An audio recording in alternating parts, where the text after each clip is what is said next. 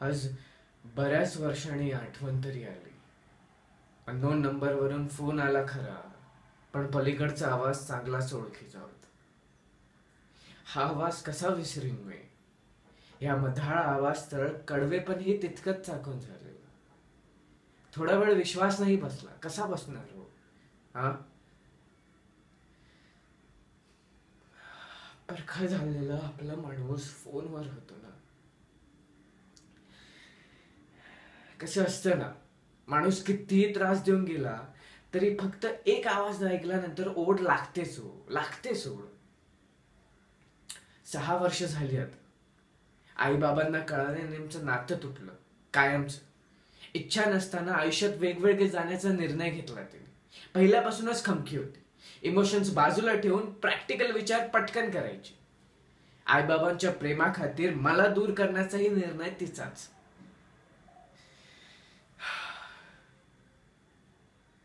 अरे बुद्धीने तलग, दिसायला देखणी, फडफड इंग्लिश बोलणारी. उगाच घुटमळली माझ्यात, उगाच घुटमळली.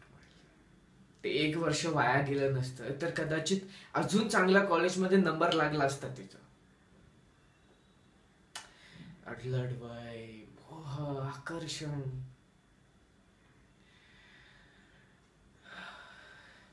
पडलो प्रेमात. फोनवर म्हणाली, तुझी आठवण येते रे. मला सतत तुझं असणं जाणवते. काहीही न सांगता मी निघून आली. चूक झाली माझी, मान्य आहे मला. त्याची शिक्षा देखील मिळाली. त्यानंतर फोन नंबर चेंज केला, तुझा नंबर ब्लॉक लिस्ट मध्ये टाकला. वाटलं नको ते पुन्हा. आता परत ना काहीच नाही होणार. तुला वाटत असेल की ही विसरली, पण नाही रे. नाही विसरू शकली मी तुला, नाही विसरू शकली. सतत तुझ्या सोबतच असायची. कित्येकदा वीट यायची या सगळ्या गोष्टींची. त्याच फॉर्म्युले, त्याच थिअरम्स. अरे आयुष्याचं गणित विस्कटून पुस्तकातलं गणित सोडवत बसलेले मी.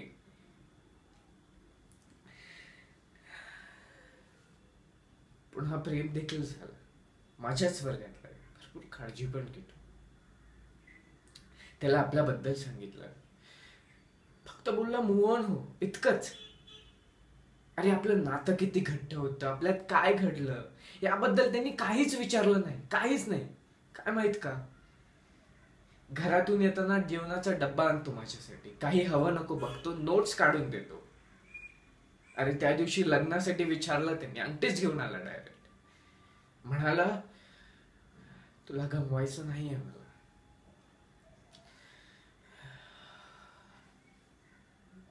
कळत नाहीये रे, हो म्हणू की नको. घालमेल होतो, घालमेल.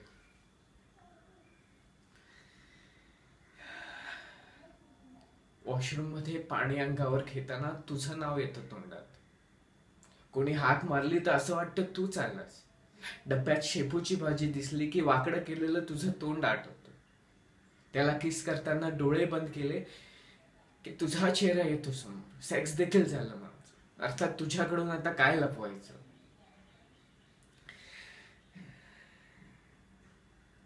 खूप वाईट आहे ना मी. पहिला तुला सोडून गेले आणि आता जो हात देतोय त्याच्याशी देखील एकनिष्ठ नाहीये मी.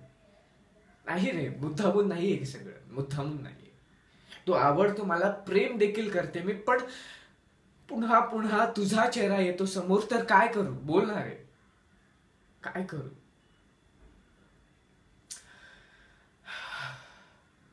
रडली ती फोनवर. माझं प्रेम इतकं कमजोर नव्हतं जाणवलं मला. कुठेतरी तिला घट्ट पकडून ठेवलेलं स्वतःत. आता जास्त अडकवायचं नव्हतं स्वतःत. तिला ना मोकळं करायला हवं.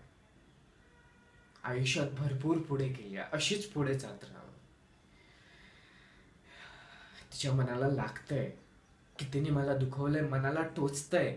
आतल्या आत ना ती अक्षरशः कुडत चालली आहे. मलाच कठोर बनावं लागेल. तिच्या मनातला गिल्ट संपवायला हवा. इथून पुढे मला फोन नाही करायचा, समजलं ना? माझ्या आयुष्यात एक मुलगी आहे, मी भरपूर प्रेम करतो तिच्यावर. तुझे हे इमोशनल चाळे बंद कर. तेव्हा गेली ना सोडून, काही फरक पडला का? नाही ना. आता जो हात देतोय ना त्याच्याकडे बघ. जा चल. तुझ्यासारख्या मुलींची गरज नाही मला, समजलं ना?